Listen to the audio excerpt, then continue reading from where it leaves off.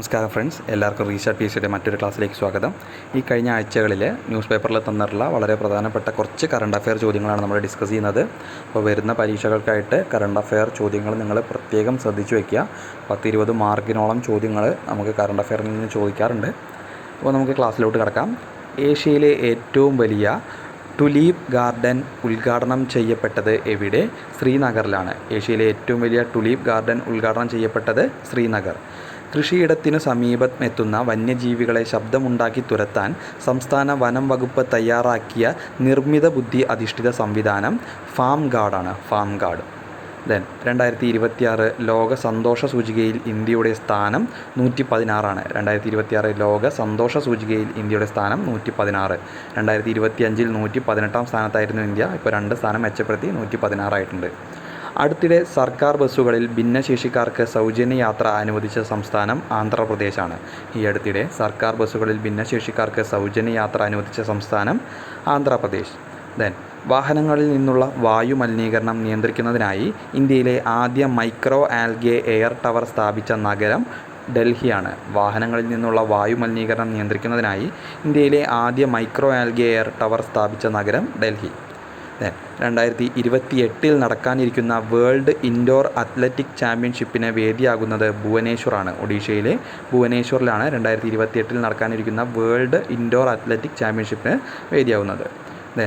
ഇന്ത്യയിൽ ഡ്രോണുകൾ നിർമ്മിക്കുന്നതിനും പ്രതിരോധ സിവിലിയൻ മേഖലയിൽ ഡ്രോണുകളുടെ ഉപയോഗം വർദ്ധിപ്പിക്കാനും ആവിഷ്കരിച്ച പദ്ധതി മിഷൻ ഡ്രോൺ ശക്തിയാണ്. ഇന്ത്യയിൽ ഡ്രോണുകൾ നിർമ്മിക്കുന്നതിനും പ്രതിരോധ സിവിലിയൻ മേഖലയിൽ ഡ്രോണുകളുടെ ഉപയോഗം വർദ്ധിപ്പിക്കാനും ആവിഷ്കരിച്ച പദ്ധതി മിഷൻ ഡ്രോൺ ശക്തി. 86% സ്കൂളുകളും പുകയില മുക്ത വിദ്യാഭ്യാസ സ്ഥാപനങ്ങളായി സാക്ഷ്യപ്പെടുത്തിയ ഇന്ത്യയിലെ ആദ്യ സംസ്ഥാനം മേഘാലയ. 86% സ്കൂളുകളും പുകയില മുക്ത വിദ്യാഭ്യാസ സ്ഥാപനങ്ങളായി സാക്ഷ്യപ്പെടുത്തിയ ഇന്ത്യയിലെ ആദ്യ സംസ്ഥാനം മേഘാലയയാണ് കേട്ടോ. കഴിഞ്ഞ ആഴ്ചയിലെ പേപ്പറിൽ നിന്നുള്ള കുറച്ച് ചോദ്യങ്ങളൂടി നമുക്ക് നോക്കാം.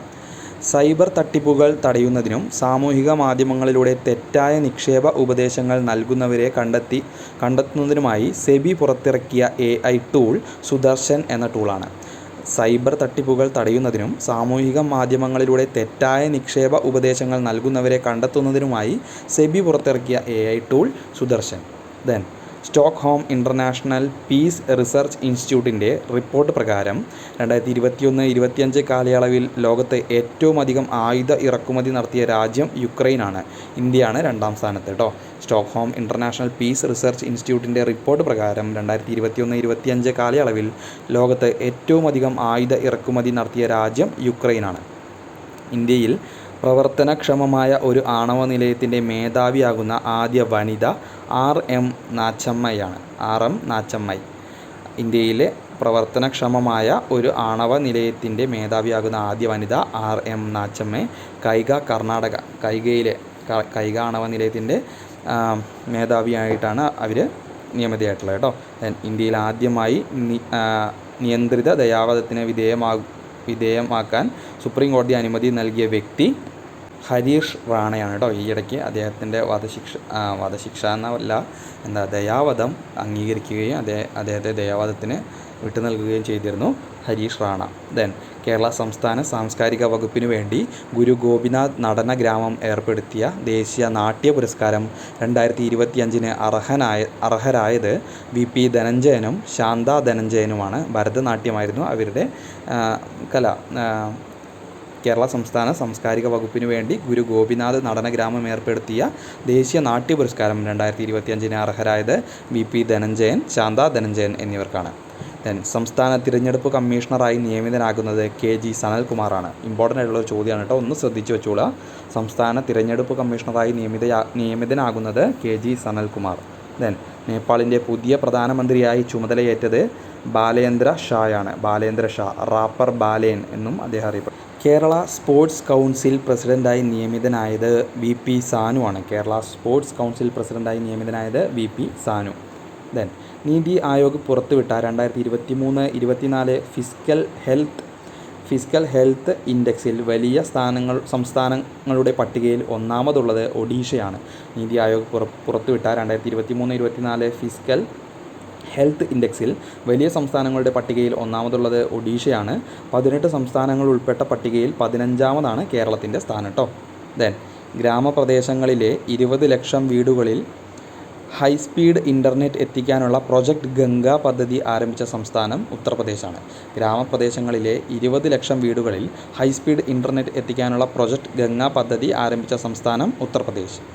2026 മാർച്ച് 11 ഭൗമാന്തരീക്ഷത്തിലേക്ക് തിരിച്ചിറങ്ങിയ നാസയുടെ പേടകം വാൻ അലൻ പ്രോബ് എ എന്ന നാസയുടെ പേടകമാണ് 2026 മാർച്ച് 11 ഭൗമാന്തരീക്ഷത്തിലേക്ക് തിരിച്ചിറങ്ങിയത്.